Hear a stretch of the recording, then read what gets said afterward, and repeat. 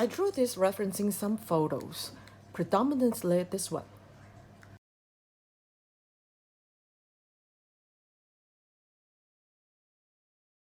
If you have watched some of my other videos like how to draw roses freehand, how to draw pearlescent balloon effect, how to draw Christmas bubble effect, you know that I'm the kind of person who likes to come up with my own way of drawing things. So I tried to explore how to draw foil balloon effect without referencing any real photo or images. The photos that I chose to reference on, for some of them, they have a very simple placement of the light and darkness areas, but I chose to make it a little bit more complicated. That's why I chose that one, because I thought that if the light and dark areas are too simple, it may not look very real when I draw them out. But yet I want to come up with a systematic way to place the light and darkness, and I found that there is a way. But of course, the light and darkness on the balloons very much depends on the ambient light and also how inflated the balloon is. But after referencing those photos and after drawing this, I thought that there is a systematic way of placing the light and darkness to make it real. And then I tried it using, oh, by the way, I drew this with alcohol ink markers and color pencils, but mostly alcohol ink markers. Then I drew this using color pencils only without referencing any real photos beforehand. After I drew each individual alphabet, I referred back to that photo and I found that the placement of the light and darkness was pretty much the same as the real photo. So I think now I can share my rule of thumb with you. But for the A, because it was the first alphabet that I drew and it was too dark here, so apart from the placement of the light and darkness, you have to also be aware of the value of the colors. So I will talk about the values later. Initially, I planned to draw this as a demonstration using alcohol ink marker or color pencils, but then I found that maybe you know when you just look at the color, you don't know what exactly I was doing, so I chose to use pencil only to draw the cross hatching, and some shading so that I can demonstrate more clearly the value and the placement of the light and darkness.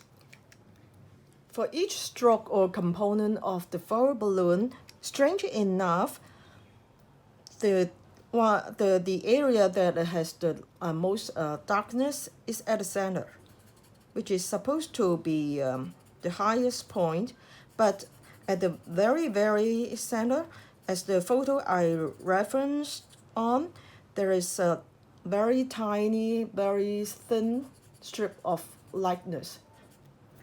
But for the others, it is simply a very dark strip. So I chose to use that reference photo to make a central line of darkness, but with the very highlight here.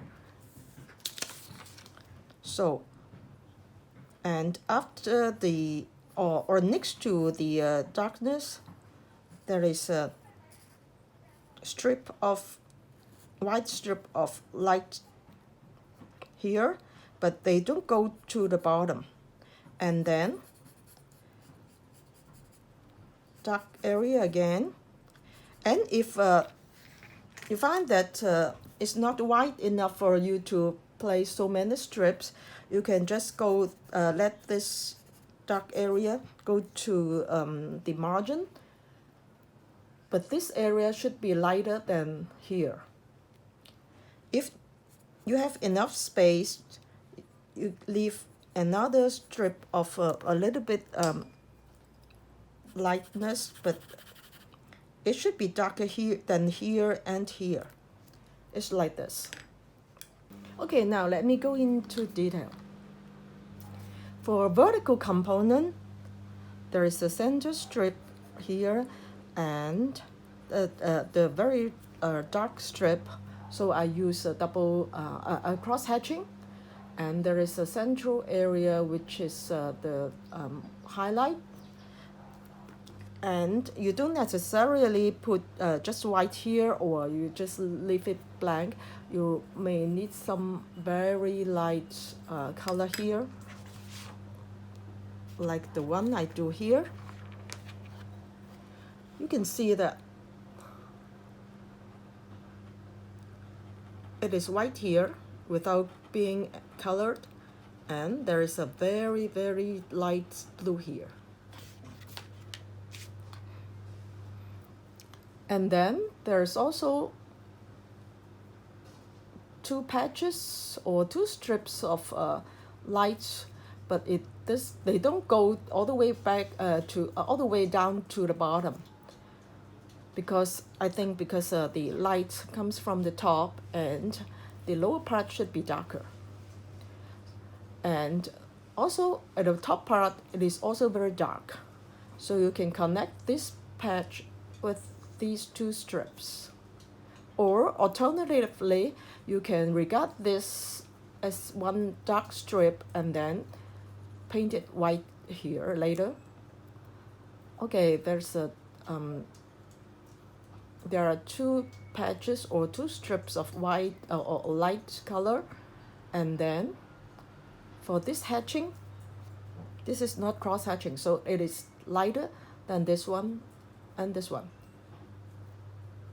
Also two strips of dark area, dark strips flanking these two light strips, and then light color again. And as I just said before, if there's not enough space or it is not wide enough, you can just omit these two strips. So the dark area or the dark strip can go all the way to the margin. And there are some creases or I don't know what to call this.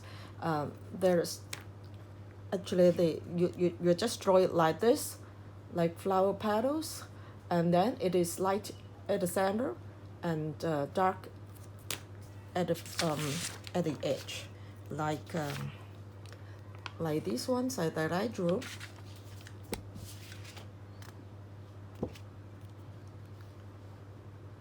And here.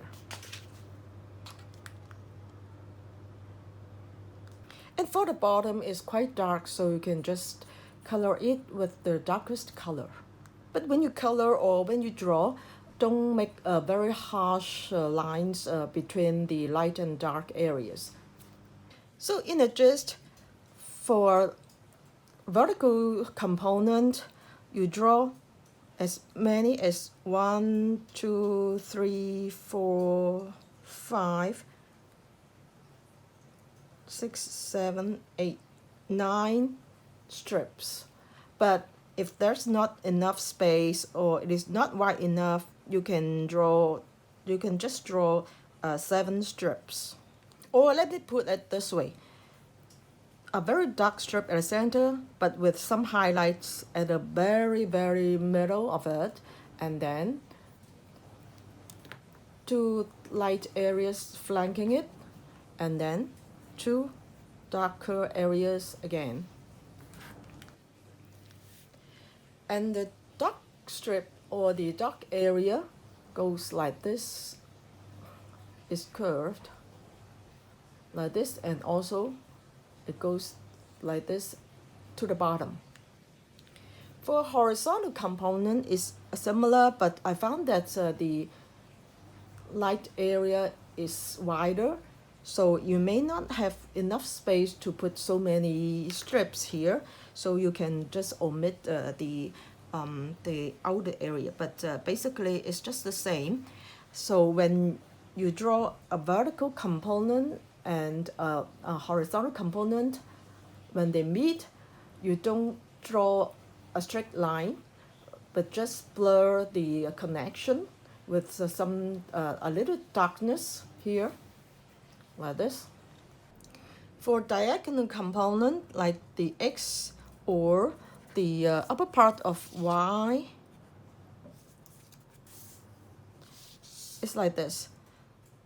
The dark area, but it's not too dark. So the darkest area will still be here. And the dark area here. But when these two meet, that means at the center right of the two components or the alphabet, it is the light area. Actually, this component is similar to this one, and I also found that when there is a curve, the head will be a large patch of a light area, like this. Oh, I forgot to tell you, just like the vertical component, the top part is dark. Likewise, for the horizontal component, this part is also dark, but it's not a very strict strip, but the shape is like this.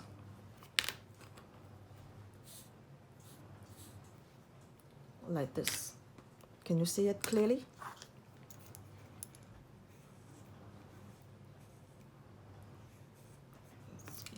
Something like that. So there's not enough space for you to put so many strips here.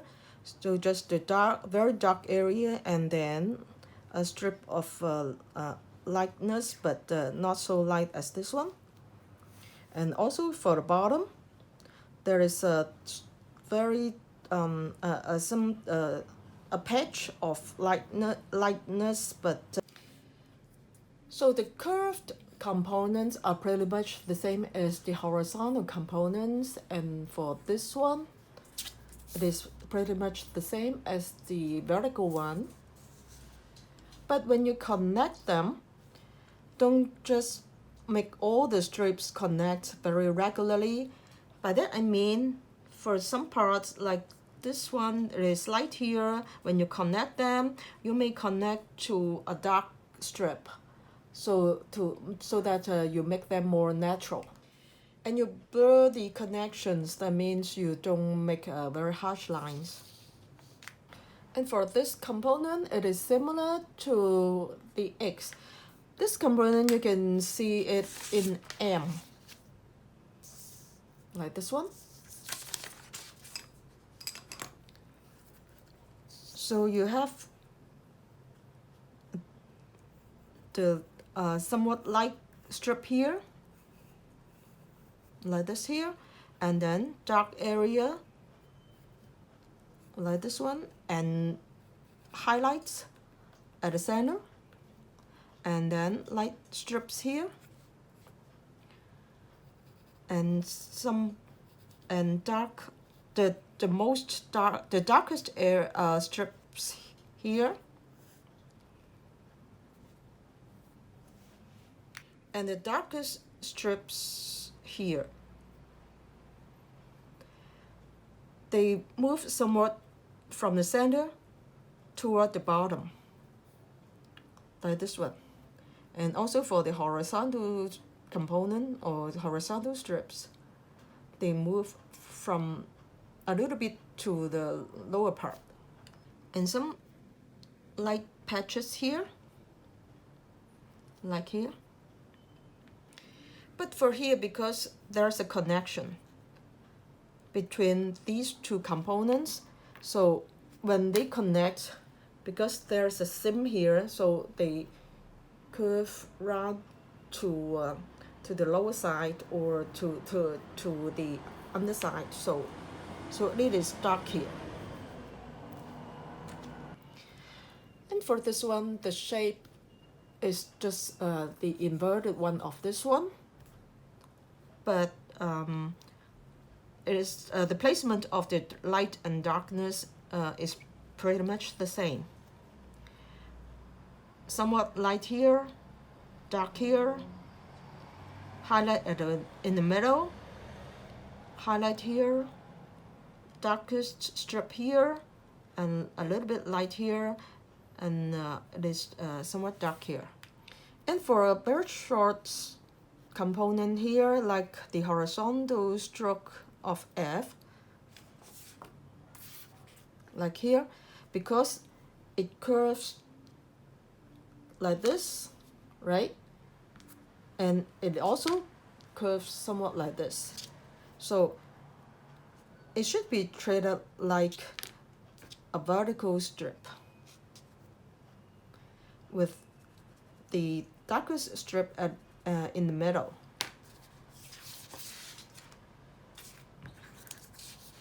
Like this. One thing I didn't draw in these demonstration photos is that for all the curved components, you have to draw these creases or folds like this.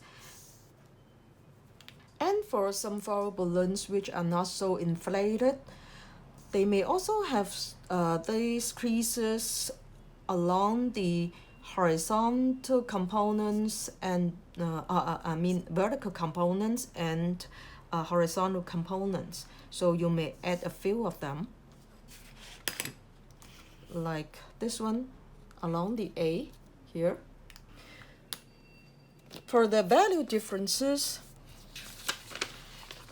of course, the lightest area, the highlight will be the white color, so the value will be 10. And for the darkest area, I think the value is about between 2 to 3. And when I drew these alphabets, I used this brand of colored pencil.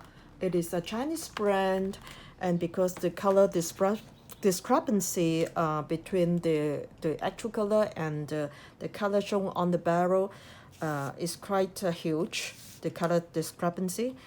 So I chose a very dark green, but actually it turns out to be actually black. So for the alphabet A, it is somewhat too dark at the dark areas. So I think for the dark areas or the darkest areas, the value should be like this. And yeah, it is also between 2 and 3. So between the value of 10 and 2 to 3, you vary the values of different strips or different areas, so you can make it pretty good. But apart from white, the value 10, I think the next lightest color, the lightest value should be around between 8 and 9. Like this one. This one is actually colored. It has some color, so it is about 9, between 9 and 10. And then for this part, it is between 8 and 9.